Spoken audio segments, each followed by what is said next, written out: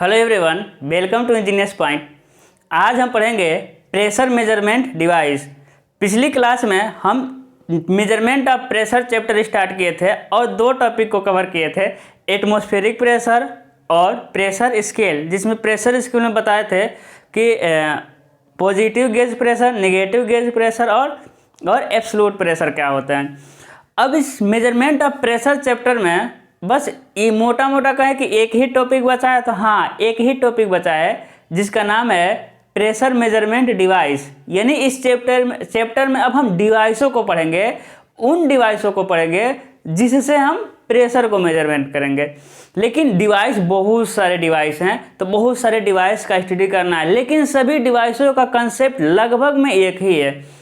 यदि आप शुरू के 3-4 डिवाइस जो हम आज पढ़ेंगे, यदि आप शुरू के 3-4 डिवाइस समझ लेते हैं तो आगे इस चैप्टर में कोई दिक्कत नहीं होगा, या थियरी हो, कंसेप्ट हो या फिर न्यूमेरिकल हो। तो आज का चैप्टर यानी आज का लेक्चर आप लोग बहुत अच्छे से देखिएगा।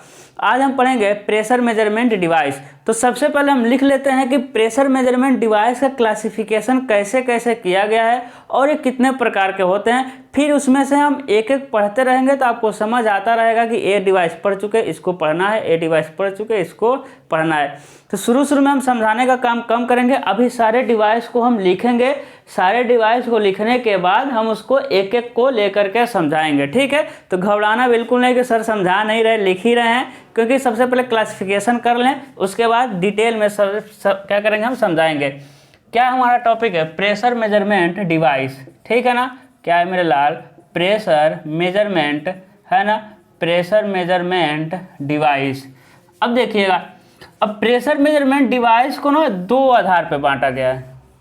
प्रेशर मेजरमेंट डिवाइस को कितने आधारों पे बांटा गया है भाई?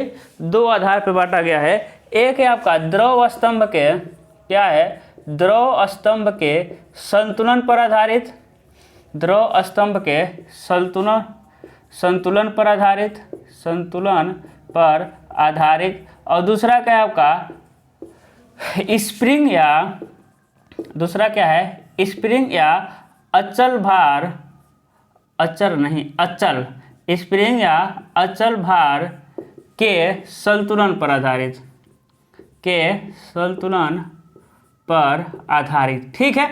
अब यही चीज़ है। अब ये क्या है भाई? द्रव स्तंभ के संतुलन पर और स्प्रिंग या अचल भार अभी हम समझाएंगे, अभी बहुत सारा लिखना है, लिख लेने दीजिए, है ना, डोंट वरी। ठीक है, द्रव स्तंभ के संतुलन पर क्या होता है? दो प्रकार के होते हैं, जिसे हम कहते हैं, एक को कहते हैं बैरोमीटर। क्या कहते हैं? बैरोमीटर, ठीक है। क्या कहते हैं भाई? बैरोमीटर यानी वायु दाब मापी, वायु दाब मापी, ठीक है। दूसरा क्या होता है? एक होता है आपका मैनोमीटर, मैनोमीटर, है ना, जिसे कहते हैं हम लोग द्रव दाब मापी, द्रव दाब मापी, ठीक है। हमको द्रव ही ज़्यादा पढ़ना है।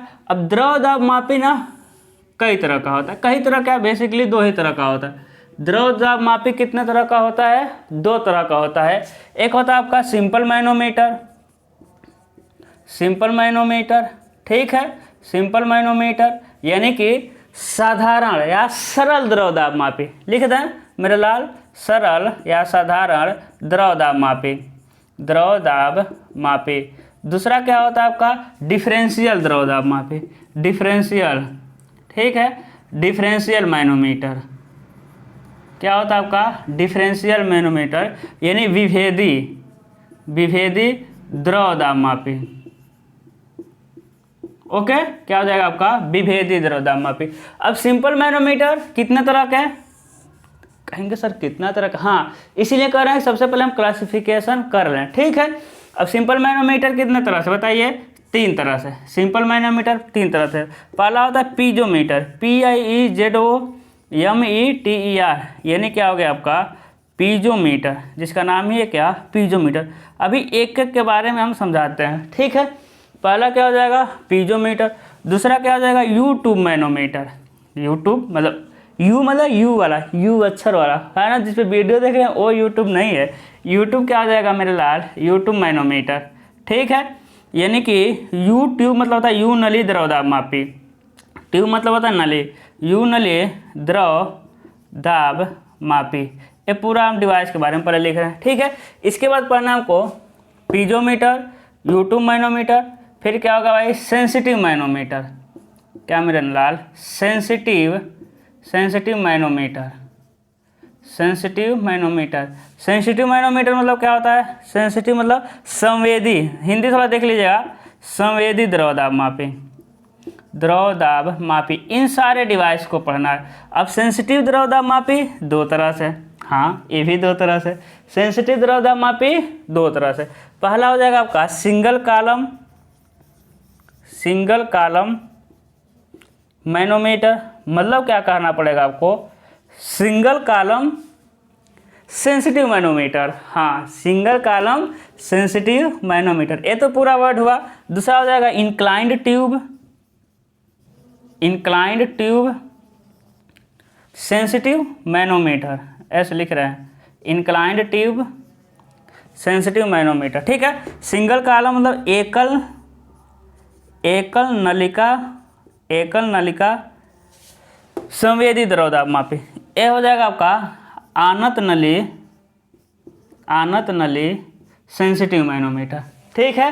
हिंदी इंग्लिश दोनों लिखते हुए चल रहे हैं, दिखाई तो दे रहा है ना, अच्छे से दिखाई दे रहा है भाई, कोई दिक्कत नहीं है, ठीक है। चलिए आगे चलते हैं।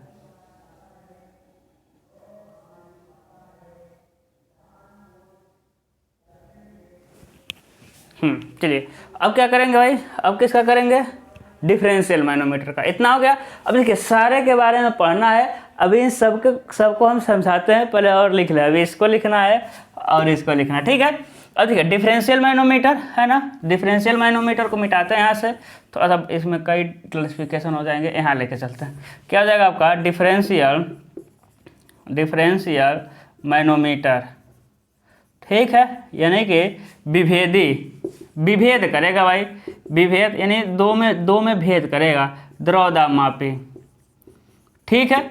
अब डिफरेंशियल मैनोमीटर कितने तरह से होते हैं भाई, ये भी कई तरह से होते हैं, देखते हैं हम लिखते हैं, ठीक है। पहला हो जाएगा आपका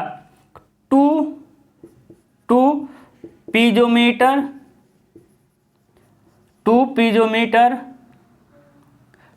मैनोमीटर, यानी डिफरेंशियल मैनोमीटर, डी हम लिख रहे हैं, 2 पीजोमीटर डिफरेंशियल मैनोमीटर। इसमें क्या था, सिर्फ पीजोमीटर, इसमें हो जाएगा 2 पीजोमीटर।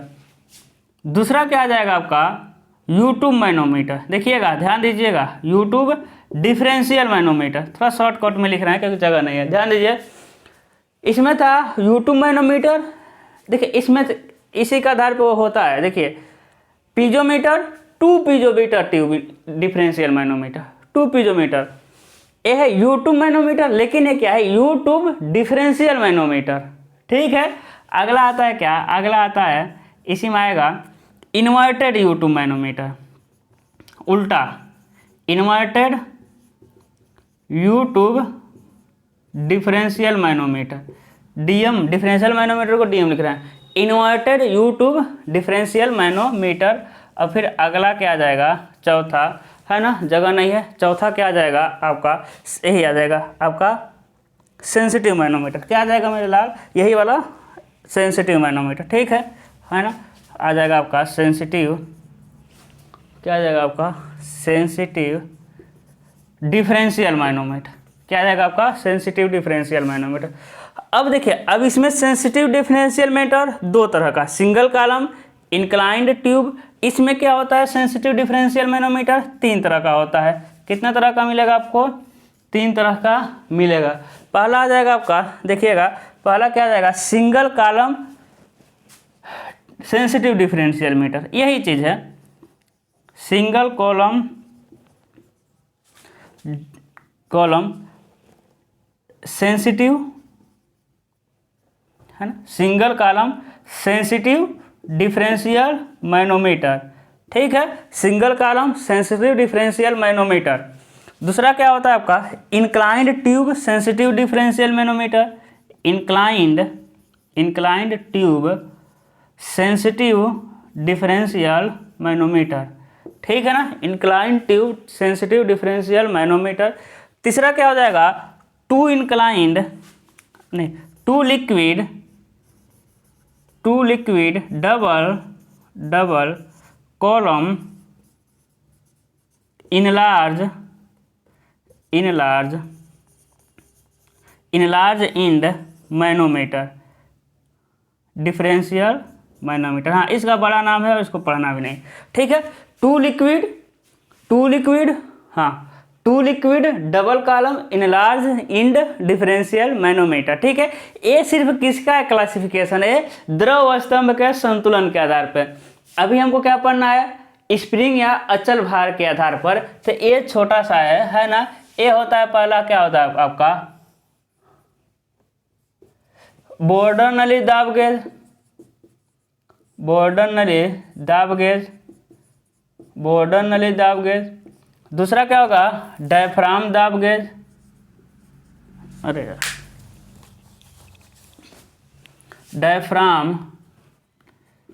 डायफ्राम दाब गेज। तीसरा होता है आपका अचल भार, क्या हो जाएगा तीसरा? अचल भार दाब गेज। क्या हो जाएगा आपका? अचल भार दाब गेज, ठीक है। तो समझिए इतना। हाँ, यही सारे डिवाइस क्या है आपको पढ़ना है, इतने सारे डिवाइस, ठीक है ना। जितना बोर्ड पे लिखा है, अब इस चैप्टर में यही बाकी है। इसका कंसेप्ट पढ़ना है, थियरी पढ़ना है, और इससे रिलेटेड छोटा न्यूमेरिकल, क्योंकि इससे रिलेटेड न्यूमेरिकल आता नहीं है, लेकिन न्यूमेरिकल लगाने से ही क्या होता है? कंसेप्ट क्लियर होता है। तो न्यूमेरिकल हम लोग लगाते हुए चलेंगे, डोंट वरी। अब देखिए, प्रेशर मेजरमेंट डिवाइस किसे कहते हैं, है ना। इसका स्क्रीनशॉट वगैरह लेना और ले लीजिए। देखिए, प्रेशर मेजरमेंट डिवाइस किसे कहते हैं? यानी वैसा डिवाइस, वैसे इंस्ट्रूमेंट जिसके हेल्प से किसी लिक्विड का, किसी फ्लूइड का, फ्लूइड मतलब लिक्विड भी हो सकता है, गैस भी हो सकता है, फ्लूइड मतलब, ठीक है।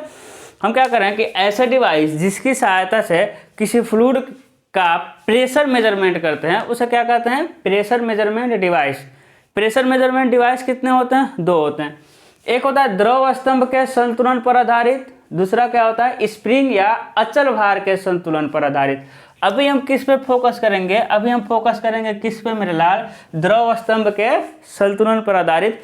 इसको ना बाद में पढ़ेंगे, ये लास्ट में पढ़ेंगे, ठीक है।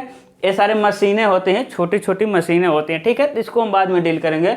मेरा मेन पोर्शन क्या है आपका? ए है।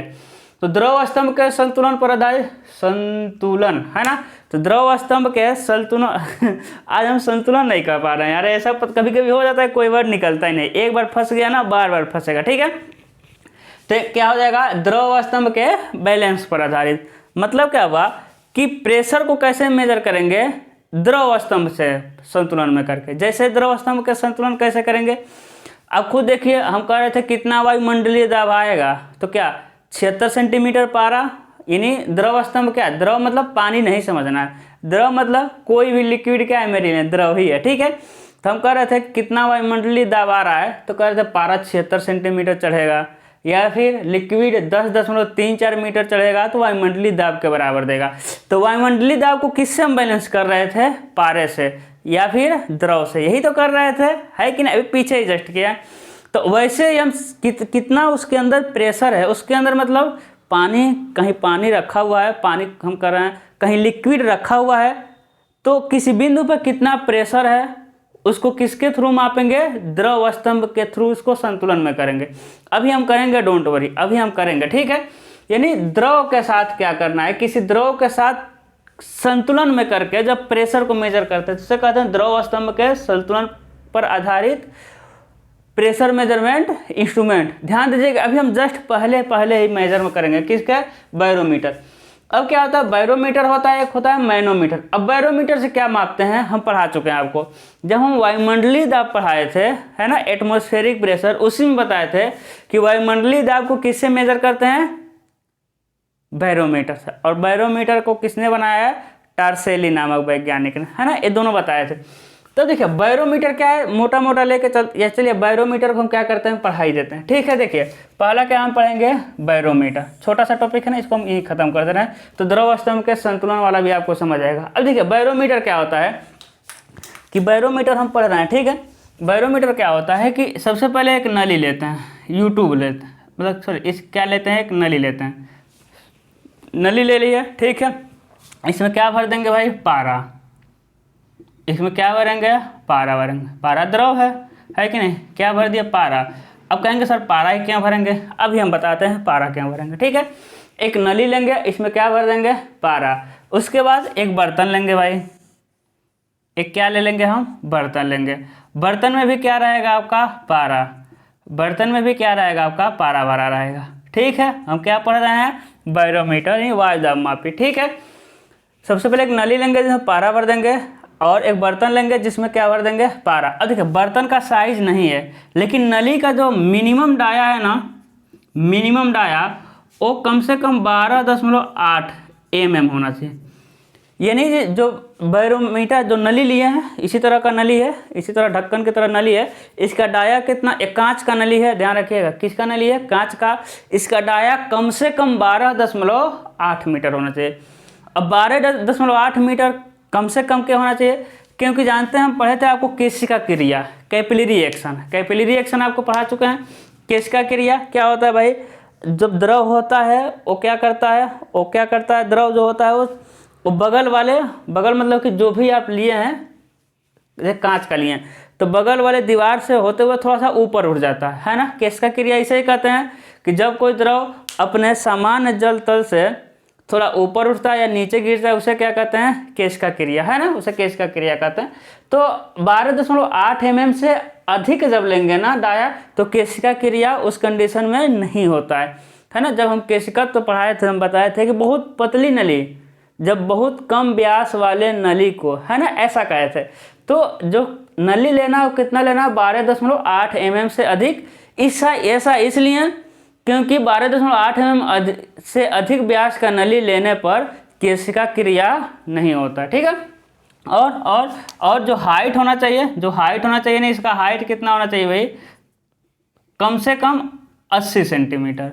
कम से कम कितना होना चाहिए, 80 सेंटीमीटर। क्यों 80 सेंटीमीटर होना चाहिए, अभी बताते हैं। कम से कम दिखाई तो दे रहा है ना, कम से कम कितना होना चाहिए, 80 mm। अब देखिए, अब इसी नली को लेके आएंगे और इसमें डाल देंगे भाई, इसी में क्या करेंगे, हम नली को डाल देंगे।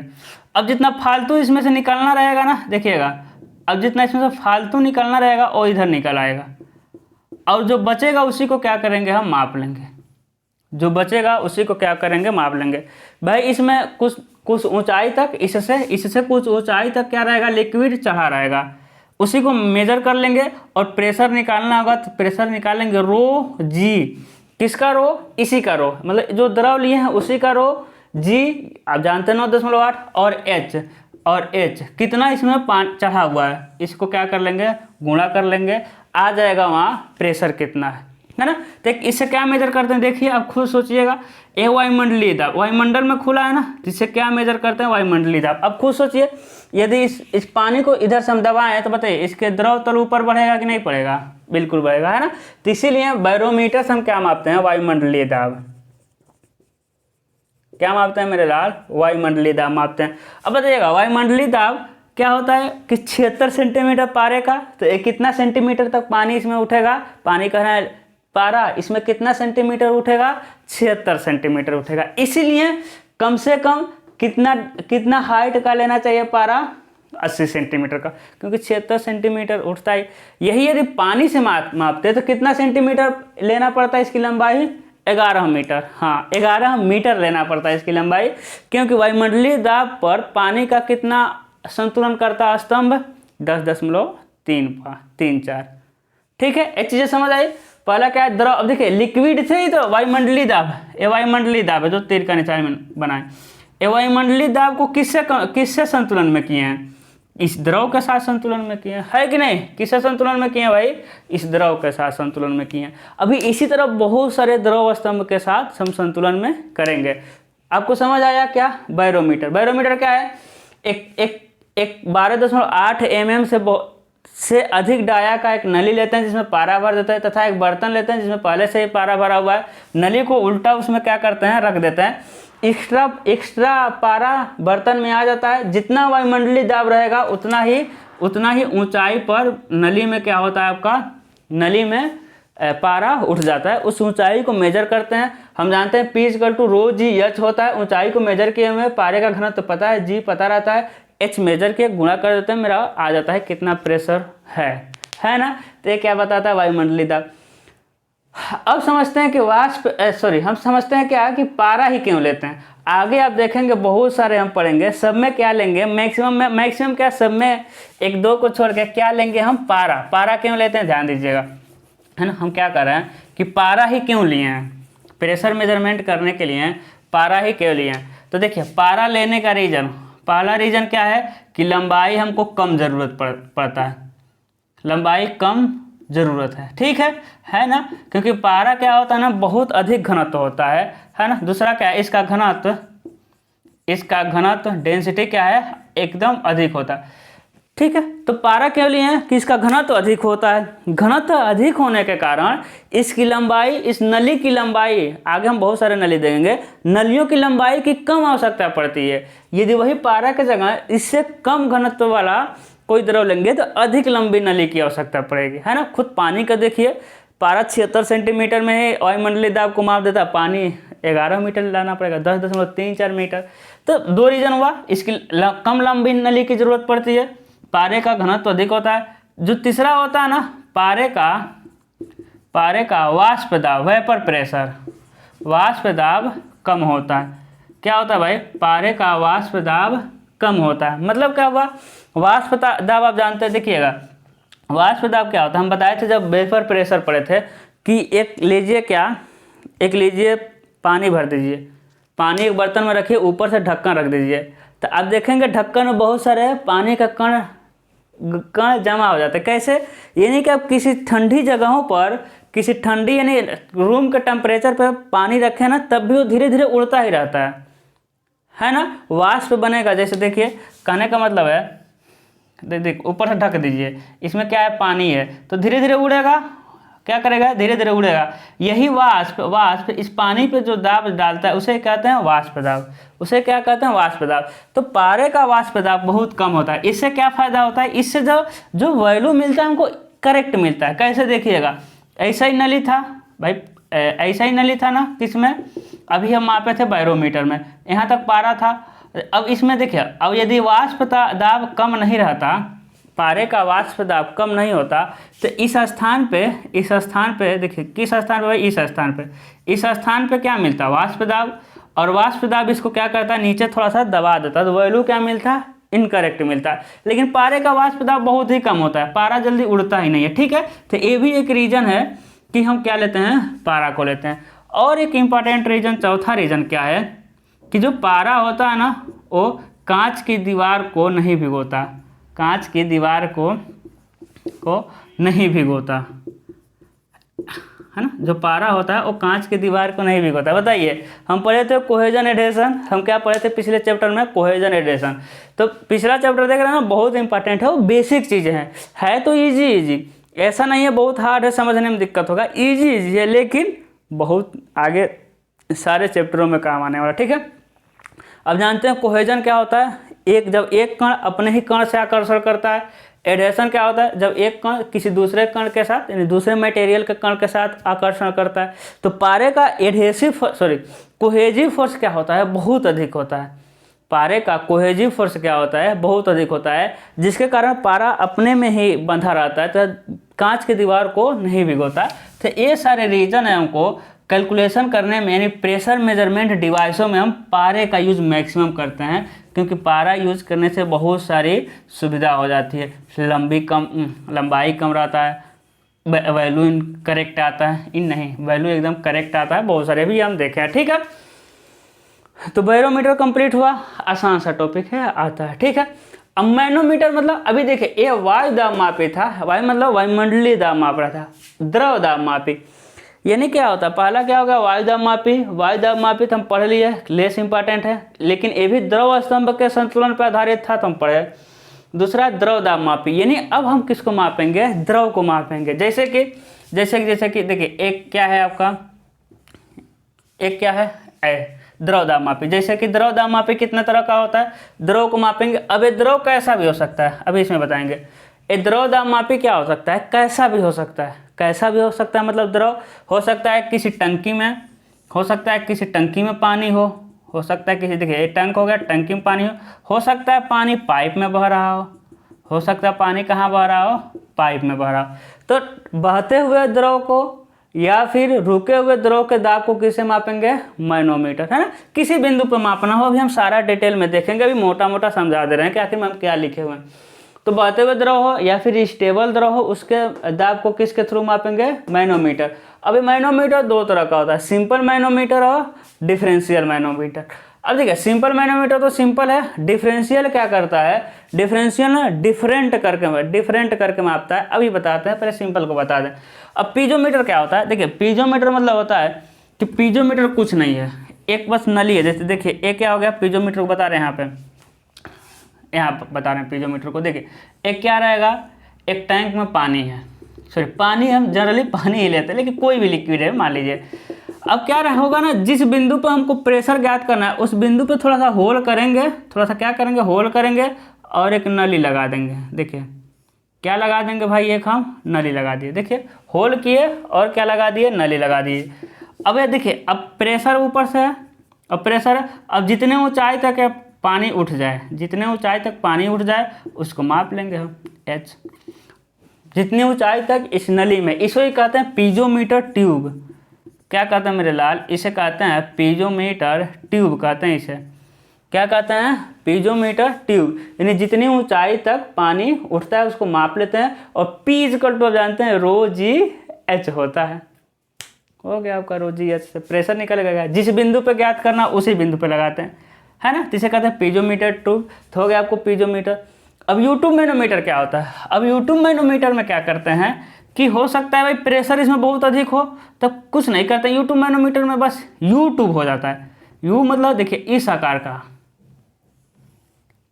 का ट्यूब ले लेते हैं, यू आकार का, है ना। और इसी के बीच में क्या भर देते हैं, पारा भर देते हैं। अब पारा क्यों भरते हैं हम समझेंगे बाद में, है ना। इसी में क्या भर दिया हम, पारा भर देते हैं और ये क्या हो जाता है, लिक्विड आता है ना। तो इसमें बहुत सारे हमको मेजर करना होता है, वो हम देखेंगे बाद में, ठीक है। तो ये क्या होता है कि प्रेशर को मेजर वो करेगा, लेकिन किसके थ्रू मेजर करेगा, यूट्यूब, है ना। लेकिन इसमें क्या भर देते हैं, नीचे हम पारा भरे रहते हैं। अब पारा क्यों भरे रहते हैं, क्योंकि पारा भरने से लंबाई कम मिलती है। यही पारा नहीं भरते ना, ध्यान दीजिए, यही पारा यदि नहीं भरते तो पानी आता, क्योंकि प्रेशर बहुत अधिक हो गया तभी हम यूट्यूब को लगाए थे। प्रेशर कम रहता तो हम पीजोमीटर से ही माप लेते हैं। नॉर्मल प्रेशर के लिए पीजोमीटर है, ठीक है। लेकिन अधिक प्रेशर आ रहा था तो पीजोमीटर से द्रव बाहर निकल जाता।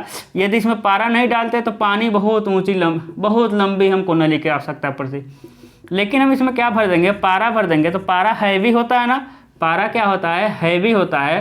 तो इधर से आएगा पानी आएगा या फिर कोई लिक्विड आएगा, पारे को कम धक्का देगा, ठीक है, कम धक्का देगा, जिससे पारा थोड़ा सा ऊपर चढ़ेगा, ठीक है। सारी चीज़ों को हम कंसेप्ट में समझेंगे, अभी मोटे मोटे समझा रहे हैं कि आखिर में होता क्या है, डिटेल में अभी हम पढ़ेंगे इसको, ठीक है। तो ये होता है आपका यूट्यूब मैनोमीटर। ये होता है आपका सेंसिटिव मैनोमीटर। सेंसिटिव मैनोमीटर मतलब क्या होता है कि क्या आपके दांतों में झंझनाहट है, यानी सेंसिटिविटी है, सेंसिटिविटी कहते हैं ना। यानी सेंसिटिविटी मतलब क्या होता है, थोड़े से प्रभाव पड़ जाता है इन दोनों में ना, इन दोनों में कि कम, जब प्रेशर में कम चेंजिंग होगा ना तो इन दोनों को नहीं, ये दोनों नहीं बता पाएंगे। प्रेशर में जब वेरिएशन थोड़ा सा होगा तो ये दोनों नहीं बना पाएंगे। तो हम इसके लिए क्या बनाए हैं, सेंसिटिव मैनोमीटर। यानी ये बहुत कम, यदि प्रेशर में थोड़ा भी चेंज होगा सेंसिटिव है ना, तुरंत पकड़ लेगा, ठीक है। तो सेम ऐसा ही है, कंसेप्ट यही है। इन दोनों को हम बाद में पढ़ेंगे। सेंसिटिव मैनोमीटर मतलब single column manometer, incline tube manometer.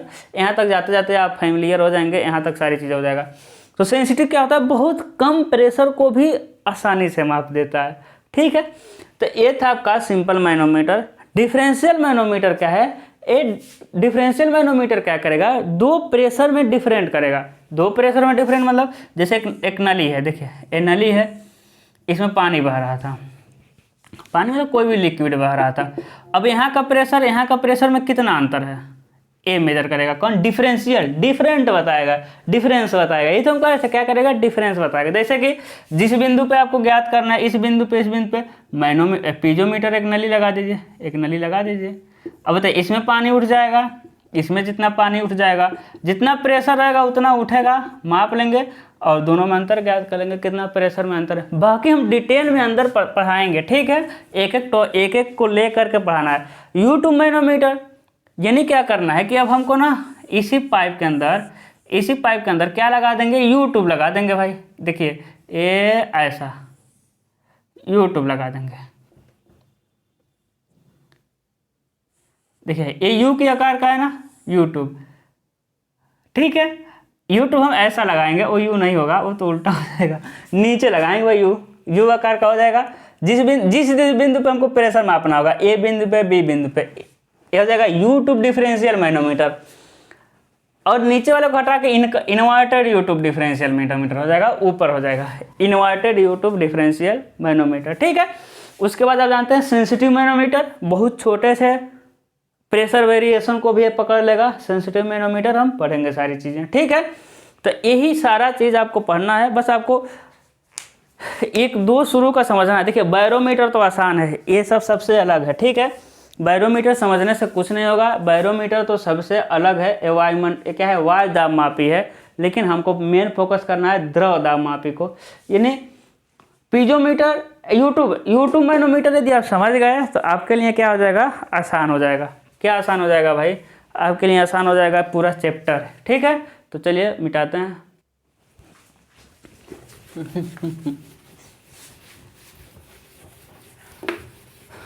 देखिए लगातार बोलना पड़ा है, थक गए। हम चाहते हैं हम पढ़ा रहे हैं तो हम रुके ना, है ना। ऑनलाइन में ना अगर तो हम सोच के बोलेंगे, धीरे धीरे बोलेंगे ना तो बोरिंग लगता है, धीरे धीरे बोल रहे हैं। ऑनलाइन में मेन तो यही है कि बोर नहीं होना है, ठीक है ना। यदि बोर हुए तो फिर पढ़ाई नहीं हो पाती। आप ऑफलाइन में तो बहुत सारे दोस्त रहते हैं, बात भी कर सकते हैं वगैरह वगैरह, ठीक है। ऑनलाइन में थोड़ा सा डिफरेंस होता है ऑफलाइन से क्लास। चलिए भाई, है ना। हम क्या पढ़ रहे हैं, pressure measurement device, pressure measurement device, PMD, ठीक है ना। क्या होता है आपका प्रेशर मेजरमेंट डिवाइस। हम एक डिवाइस पढ़ चुके हैं, बैरोमीटर। क्या पढ़ चुके हैं, बैरोमीटर, जिसे वायुमंडलीय दाब मापते हैं। अब हम पढ़ेंगे मैनोमीटर, मैनोमीटर, ठीक है। अब मैनोमीटर क्या होता है कि वे प्रेशर मेजरमेंट डिवाइस जिससे मापे जाने वाले द्रव के दाब को उसी द्रव या किसी अन्य उपयुक्त द्रव के साथ संतुलन में करके प्रेशर मापते हैं। ध्यान दीजिएगा हम क्या करें कि मैनोमीटर क्या है कि किसी द्रव का तो शॉर्टकट में लिखें, किसी, देखिए नोट्स में सारी चीज़ें डिटेल में मिलेंगी, ठीक है। किसी द्रव का दाब को उसी द्रव या किसी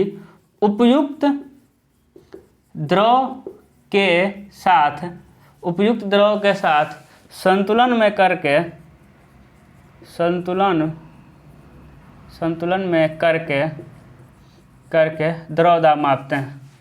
द्रव दाब मापते हैं। ध्यान दीजिएगा हम कह रहे हैं किसी द्रव का दाब को उसी द्रव या किसी उपयुक्त द्रव के साथ संतुलन में करके द्रव दाब मापते हैं, उसे क्या कहते हैं, मैनोमीटर। ध्यान दीजिएगा, अभी मतलब समझ आएगा। अब मैनोमीटर कितने तरह से होता है, दो तरह से होता है। कौन सा भाई, सिंपल मैनोमीटर, और दूसरा क्या होता है आपका डिफरेंशियल मैनोमीटर। ये सारा चीज़ हम पीछे इसीलिए पढ़ा चुके हैं, है ना, कि ग्राफ बना दिए थे। Differential manometer. अब सिंपल मैनोमीटर क्या होता है भाई, पहला हेडिंग डालते हैं, पहला सिंपल मैनोमीटर।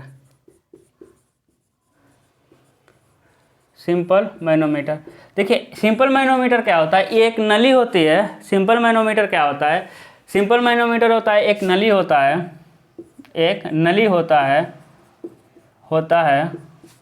जिसका एक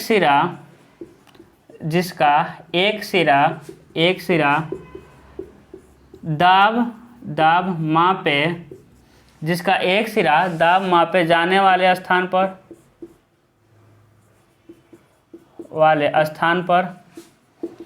पर तथा दूसरा सिरा वायुमंडल में खुला रहता है। दूसरा सिरा वायुमंडल में खुला रहता है। अभी हम समझाते हैं, डोंट वरी, खुला रहता है भाई। एक एक चीज़ हम समझाएंगे, परेशान नहीं होना। कोई चीज़ों को हम पहले समझाते हैं, कुछ को हम बाद में समझाते हैं, लेकिन समझाएंगे हम एक एक वर्ड, एक एक टॉपिक। कंफ्यूज नहीं होना है, यदि कंफ्यूज होना है तो आप पूछ सकते हैं, ठीक है। है ना। जब क्या होता है, एक नली होती है जिसका एक सिरा दाब मापे जाने वाले स्थान पर तथा दूसरा क्या होता है वायुमंडल में खुला रहता है। अब सिंपल मैनोमीटर कितने तरह से होते हैं भाई, 3 तरह से। पीजोमीटर क्या होता है, पीजोमीटर, यू ट्यूब मैनोमीटर, तीसरा क्या होता है आपका सेंसिटिव मैनोमीटर, ध्यान दीजिएगा। अब हम क्या पढ़ेंगे, पीजोमीटर। अब देखिए पीजोमीटर किसे कहते हैं भाई। पीजोमीटर आपका जैसे देखिए क्या करता है, जैसे कि ए हो गया आपका टंकी, कोई हो गया भाई, इसमें क्या भरा हुआ है, लिक्विड भरा हुआ है। इसमें क्या भरा हुआ है, लिक्विड। भाई देखिए ऊपर हम सिंबल बना दिए लिक्विड का, यहाँ तक लिक्विड है समझिएगा, नीचे भी है, नीचे बना देंगे हम तो भाई अच्छा नहीं लगेगा, ठीक है। अब क्या है, किसी बिंदु जैसे कि ए बिंदु है, ए बिंदु पे मापना है कि कितना प्रेशर दे रहा है भाई ये लिक्विड ए बिंदु पे कितना प्रेशर दे रहा है। क्या करेंगे, यहीं एक होल करेंगे, यहीं क्या करेंगे, होल करेंगे और यहीं सब क्या लगा देंगे, ये देखिए यहीं पे एक नली लगा देंगे। अब तो यहाँ प्रेशर है तो नली में क्या होगा, पानी चढ़ जाएगा ऊपर, है कि नहीं। प्रेशर नली में क्या हो जाएगा, पानी चढ़ जाएगा, पानी क्या हो जाएगा नली में आपका चढ़, हम बता रहे थे पूरा पानी ही पानी है। और यहीं से क्या करेंगे, हम ऊंचाई माप लेंगे, ठीक है, ये थोड़ा अच्छे बनाना है। इसी में क्या करेंगे, हम ऊंचाई माप लेंगे, कितना ऊंचा ये चढ़ा है। यहाँ भी क्या है आपका वायुमंडलीय दाब है, यहाँ भी क्या है आपका वायुमंडलीय दाब, ठीक है। यहाँ क्या है वायुमंडलीय दाब, यहाँ भी क्या है आपका वायुमंडलीय दाब। तो क्या है भाई, इसलिए ये दोनों एक ही लेवल पर रहेगा, ठीक है, दोनों एक ही लेवल पर रहेगा। जितना चढ़ेगा ये जितना गिरेगा उतना चढ़ेगा, लेकिन दोनों का बैलेंस रहेगा, ठीक है। क्या रहेगा आपका, क्योंकि दोनों में क्या है आपका वायुमंडलीय दाब है। ध्यान दीजिएगा, क्या करेंगे, ऊंचाई को माप लेंगे। अब हमको प्रेशर निकालना है तो P इक्वल टू रो, ये जो लिक्विड लिए हैं उसका रो, जी बच्चे को पता है और H मापे ही हैं तो rho equal to P equal to rho g h से ज्ञात हो जाएगा कितना प्रेशर इस बिंदु पे है। जिस बिंदु पे है उस बिंदु पे लगा दीजिए ऐसा नली। अब देखिए सिंपल मैनोमीटर एक नली होता है, देखिए यही तो नली है मेरे लाल, जिसका एक सिरा दाब मापे जाने वाले स्थान पे, देखिए जहाँ दाब मापना है वहीं होल करके लगा दीजिए स्थान पर, तथा दूसरा सिरा वायुमंडल में खुला है ना, ठीक है। ये समझ आ गया सिंपल मैनोमीटर का डेफिनेशन, जिसका एक सिरा दाब मापे जाने वाला स्थान पर तथा दूसरा क्या होता है वायुमंडल में खुला रहता है। सिंपल मैनोमीटर समझ आ गया। मैनोमीटर क्या है कि किसी द्रव के दाब को उसी द्रव के साथ संतुलन में किए, देखिए उसी द्रव के साथ तो संतुलन में किए हैं, वो क्या किए हैं, उसी द्रव के साथ संतुलन में करके द्रव मापा जाता है, या किसी अन्य उपयुक्त द्रव। तो अन्य उपयुक्त द्रव की यहाँ आवश्यकता नहीं है। कब आवश्यकता पड़ेगी, ध्यान दीजिए। पीजोमीटर इतना ये समझ आ गया। अब इसमें ध्यान दीजिए कि इसके लिमिटेशन क्या है। लिमिटेशन मतलब जिसके बाहर एक काम नहीं कर सकता। आपकी लिमिटेशन क्या है, आप 45 नंबर से आप 50 नंबर से अधिक नहीं पा सकते, किस में, हाइड्रोलिक्स में। पा पाएंगे, पाइएगा, ठीक ही रहेगा। ये लिमिटेशन क्या है इसका कि बहुत अधिक क्या होता है आपका, बहुत अधिक दाब को नहीं माप सकता, नहीं मापते। देखिए इसको ना बहुत अधिक, देखिए यदि यहाँ प्रेशर बहुत अधिक है, बहुत अधिक प्रेशर कैसे होगा भाई, ये टंकी बहुत बड़ा रहेगा, नीचे अधिक प्रेशर रहेगा, है ना। तो अधिक प्रेशर रहेगा तो बहुत लंबा नली लगाना पड़ेगा, क्योंकि पानी ही पानी है। यही देखिए, यही कम से कम वायुमंडलीय दाब है तो कितना ऊपर जाएगा, ठीक है। तो इसके लिए क्या होगा कि इसका लिमिट क्या है कि बहुत अधिक दाब को नहीं माप पाएगा। एक क्या है, बहुत अधिक दाब को नहीं माप पाएगा, क्योंकि इसके लिए पानी ही निकल जाएगा, इसे बहुत लंबी नली की क्या होगी, आपकी आवश्यकता होगी। लिमिटेशन समझ आया। दूसरा लिमिट क्या है इसका, यह बहुत कम दाब को भी नहीं माप सकता।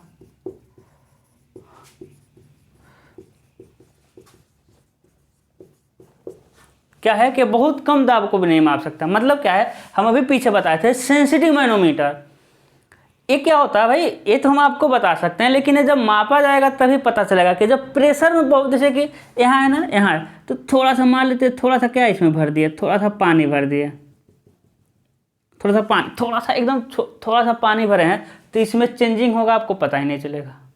चीज़ें समझ रहे हैं, है ना। पानी था, थोड़ा सा मान लीजिए, थोड़ा सा इसमें और पानी डाले।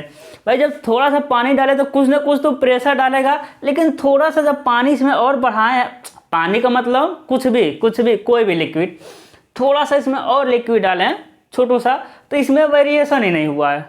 यानी ये क्या है कि सेंसिटिव नहीं है। यही काम कौन सा करता है, सेंसिटिव मैनोमीटर। यदि थोड़ा सा पानी डालेंगे तो बता देगा कि हाँ थोड़ा सा प्रेशर बढ़ा है। चीज़ें समझ आई। तो बहुत कम दाब को भी नहीं माप पाता, ये बहुत अधिक दाब को नहीं माप पाता, क्योंकि इसके लिए बहुत लंबी नली की आवश्यकता पड़ेगी, है ना।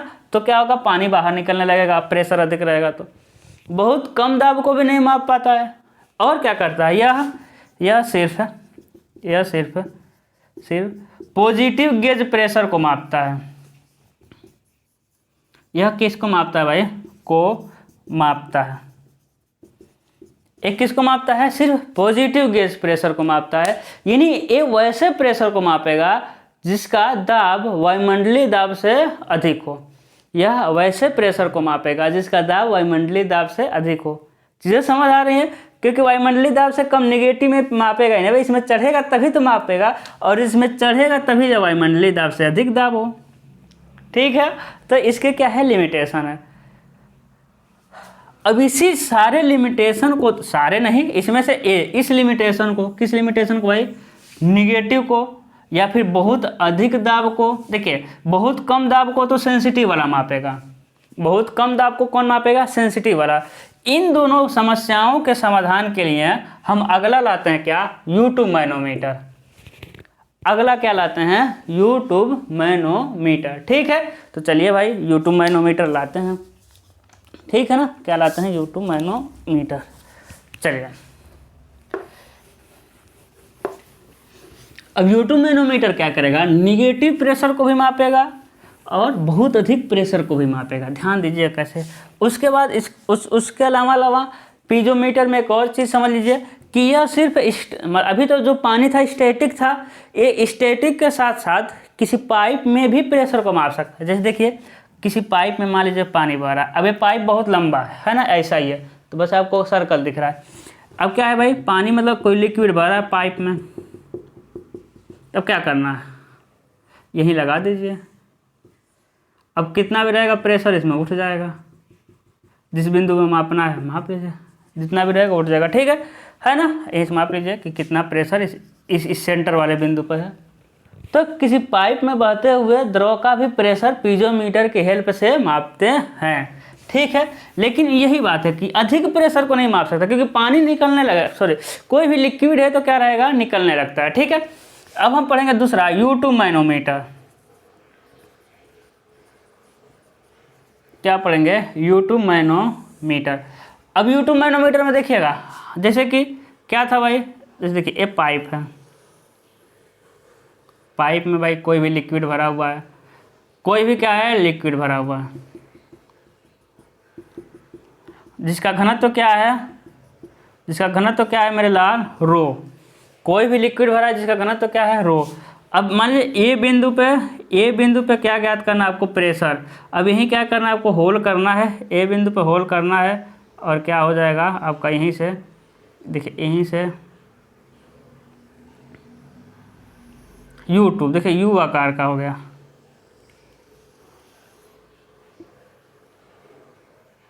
किस आकार का, देखिए यू आकार का। देखिए सबसे पहले क्या करते हैं ना, एक यू नली रहता है भाई, पाइप तो आपका अलग था, यू नली में क्या भर लेते हैं, सबसे पहले पारा भर लेते हैं। देखिएगा यू नली में क्या भर लिए, पारा। यू नली में क्या भर लेते हैं, पारा, जिसका घनत्व तो क्या है, रो2। पारा यू नली में भरे रहेंगे, पारा रहेगा, उसके बाद लाएंगे होल करके लगा देंगे। कहने का मतलब है कि यू नली पहले से रहता है अलग से। ठीक है, यू नली में पहले से पारा भरे रहते हैं, जिस बिंदु पे हमको प्रेशर ज्ञात करना है उसी पर क्या करेंगे, होल करके लगा देंगे। ठीक है ना। अब इसमें क्या है भाई, पारा है। अब पारा क्यों भरे हैं, क्योंकि हमको इसमें प्रेशर अधिक था। यदि पीजोमीटर से माप रहे थे तो पानी निकल जा रहा था, या बहुत लंबी हमको नली की आवश्यकता पड़ेगी, तब क्या भर दिया, पारा। क्योंकि पारे का घनत्व तो अधिक रहता है, और क्या करता है कि पारा पानी के साथ मिलता भी नहीं है, पारा इस शीशे के साथ भी, वाल के साथ भी नहीं मिलेगा। पारे का सारा फायदा हम बता चुके हैं। देखिएगा अब क्या होगा, यहाँ से लिक्विड प्रेशर जैसे ही लगाएंगे, प्रेशर देगा लिक्विड, प्रेशर देगा तो बताइए पारा ऊपर चला जाएगा। भाई प्रेशर जितना आएगा, यहाँ प्रेशर जितना होगा मतलब जो भी लिक्विड है, लिक्विड क्या करेगा, मान लेते हैं पानी ही है, छोड़िए टेंशन लिक्विड करने का, ये पानी जितना ही प्रेशर देगा उतना पारा ऊपर चला जाएगा। अभी तो पहले पारा कैसे था, पहले तो पारा यही था, पहले पारा कहाँ था मेरे लाल, पहले पारा यही था, है कि नहीं, कहाँ था, यही था। लेकिन जैसे ही पानी जितना प्रेशर देगा उतना ही पारा चला जाएगा ऊपर, एकदम ऊपर। जितना प्रेशर देगा उतना ही इधर से नीचे गिरता जाएगा, है कि नहीं, इधर से नीचे गिरते जाएगा और उधर से ऊपर उठ जाएगा। तो वही कंडीशन आया, इधर से नीचे गिरा है, इधर से ऊपर उठा है। ठीक है ना, ठीक है भाई। अब क्या करेंगे, हम लिख लेंगे कि किसका क्या है। जैसे कि यहाँ इस वाले लाइन को, इस वाले लाइन से हम माप लेंगे कि H गया है, H1 गया है, या H2 कह दे रहे हैं, क्या है, H2 ऊंचाई है। और इस सेंटर से और यहाँ तक कितना है आपका, H1 है। क्या है भाई, H1 H2। अब ध्यान दीजिएगा हम समीकरण कैसे बनाएंगे, देखिएगा Pa प्लस, ध्यान दीजिएगा Pa, देखिए प्रेशर एट ए पॉइंट, यही पर ज्ञात करना है, प्रेशर एट ए पॉइंट पर प्रेशर कितना होगा। अब देखिए अब क्या हम बताए हैं कि प्रेशर क्या होता है भाई, रो जी एच, प्रेशर क्या होता है, रो जी एच। अब देखिए हम जो बताने जा रहे हैं ध्यान रखिएगा, प्रेशर क्या होता है, रो जी एच। कोई पानी है भाई, कोई लिक्विड है, हम कह दें कि प्रेशर नीचे आने पर क्या होगा, कहेंगे सर इस बिंदु से इस बिंदु पे आएंगे, यहाँ से इस बिंदु पे आएंगे, इस बिंदु पे आएंगे, तो प्रेशर का मान नीचे आने पर क्या होता है, बढ़ता है। प्रेशर का मान क्या होता है, यानी प्रेशर क्या होता है, प्रेशर नीचे आने पर क्या करेंगे हम, बढ़ेगा, जिसे हम क्या लेंगे, पॉजिटिव लेंगे। ऐसा लिख दे रहे हैं, बढ़ेगा जिसे हम पॉजिटिव लेंगे। देखिए क्योंकि प्रेशर जैसे जैसे नीचे जाएंगे ना, देखिए इस पॉइंट के अपेक्षा इस पॉइंट पे प्रेशर अधिक होगा, क्योंकि हम ऊपर से काउंट करते हैं ऊंचाई, उसके अपेक्षा यहाँ अधिक होगा प्रेशर, यहाँ अधिक होगा प्रेशर। ये तो हम बता चुके हैं, प्रेशर में ही, यानी नीचे जाने पर, इसमें नीचे जाएंगे तो क्या लेते जाएंगे, प्लस, क्योंकि प्रेशर बढ़ता जाएगा।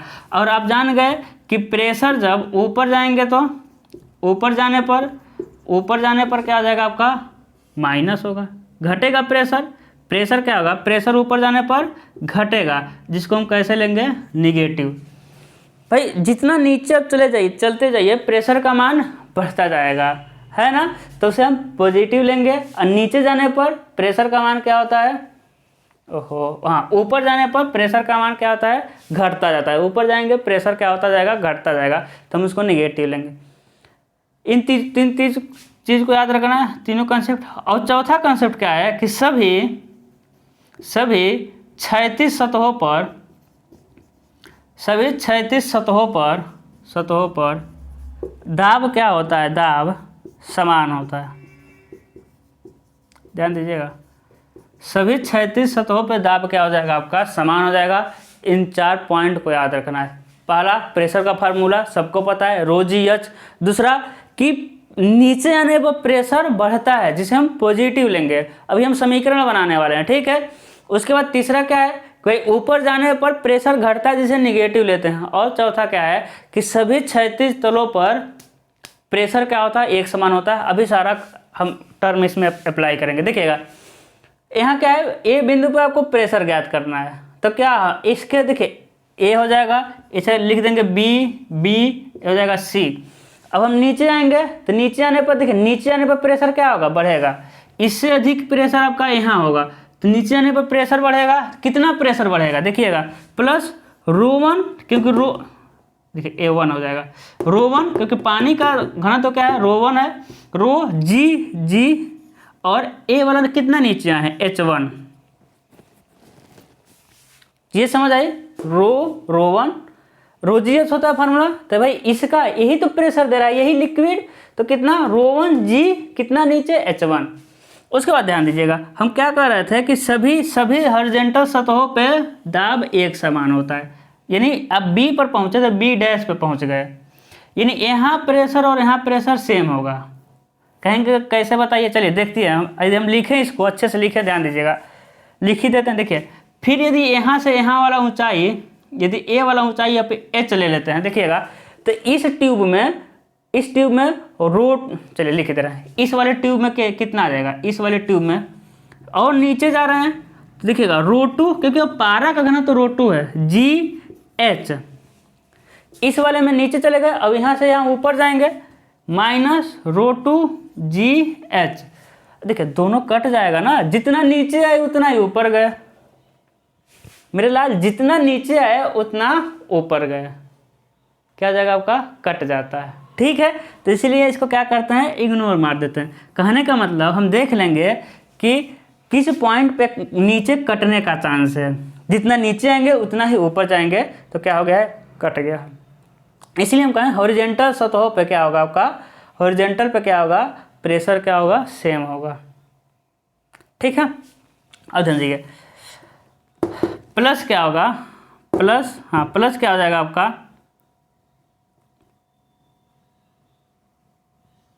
प्लस देखिए बी पर पहुंचे नहीं, बी डैश पे, लेकिन अब ऊपर जा रहे हैं, अब कहाँ जा रहे हैं, ऊपर जा रहे हैं, तो ऊपर जाएंगे तो माइनस रहता है, ऊपर जाएंगे तो माइनस क्या हो जाएगा, √2, क्योंकि ये पारे का घनत्व है, पारा है, √2GH2 = 0।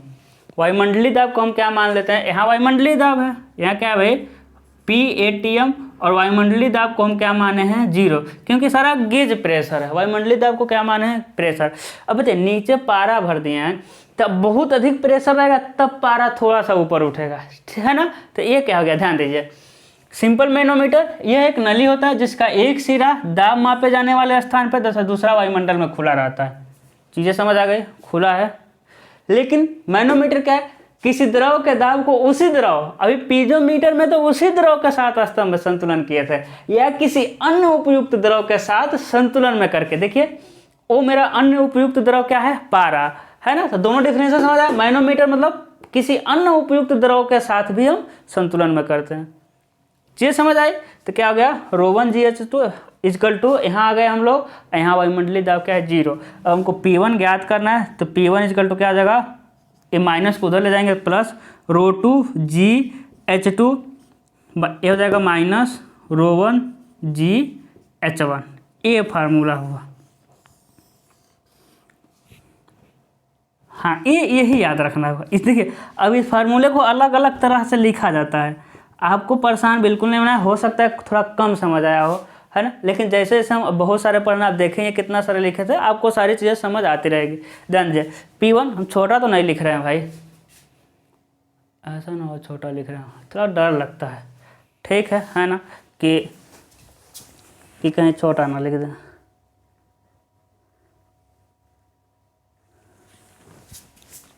ठीक है, चलिए,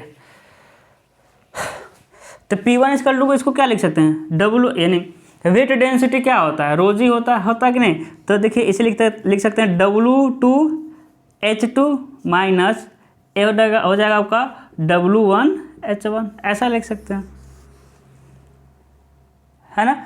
अब देखिए W1 क्या है, यदि मान लेते हैं पानी है भाई, ρ1 है ना, यदि पानी रहेगा तो W1 क्या होता है, 1 हो जाएगा, अपेक्षिक घनत्व है ना, है ना। चलिए इसको हम न्यूमेरिकल में ही देख लेंगे, ठीक है, इतना याद, ये भी नहीं याद रखेंगे, और जितना याद रखेंगे इसी से हम फार्मूला लगा देंगे, इसी वाले से, ठीक है, फार्मूला लगा देंगे, न्यूमेरिकल इसी वाले से लगा देंगे, मेन यही है, मेन क्या है आपका, वही है।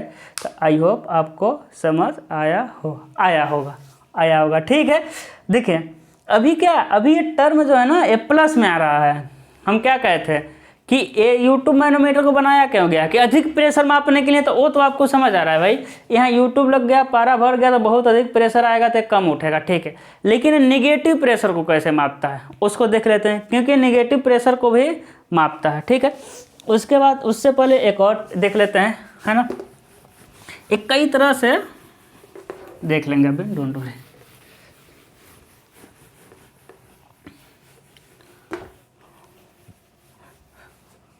है ना, तो देखिए अभी क्या था मेरा, अभी ये वाला था, ऐसा था,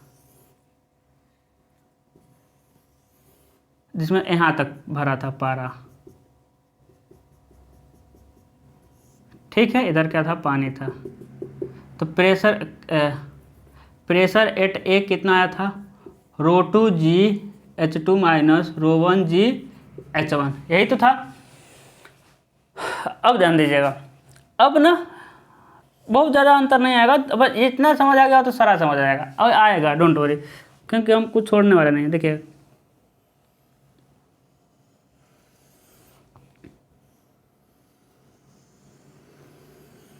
ठीक है, अब देखिए सबसे कितना था भाई, पारा इतना था पहले क्या था, हम मान लेते हैं पारा इतना ही उठा, इससे भी कम उठा दे रहे हैं भाई, ये यहीं तक उठा दे रहा, ये कहाँ तक हो जाएगा आपका,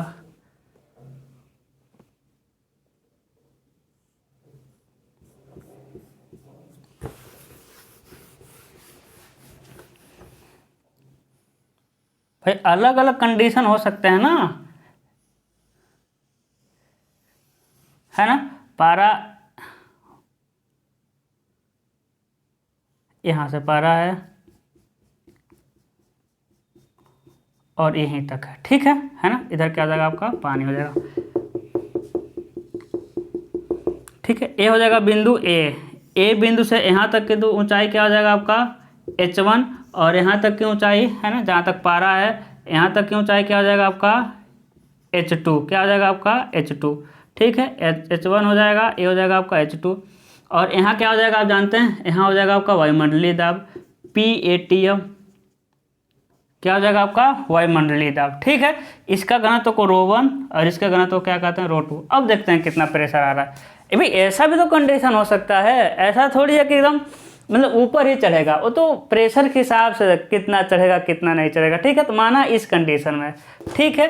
चलिए भाई इस कंडीशन में देखते हैं, पारा बहुत कम ऊपर गया है, यानी PA है ना, PA देखिए ए बिंदु पे आए, ए क्या हो जाएगा आपका, ये तो यही रहेगा, ये हो जाएगा B, ये हो जाएगा B', ध्यान दीजिएगा।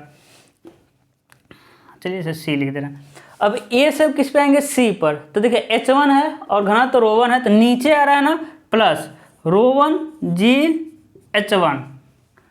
अब ठीक है, फिर यहाँ से यहाँ क्या आएंगे भाई, और नीचे आ रहे हैं प्लस, और नीचे जाए क्या हो जाएगा आपका ρ2G(H2) है, जबकि पारे का घनत्व तो लाइन वाले का ρ2 है।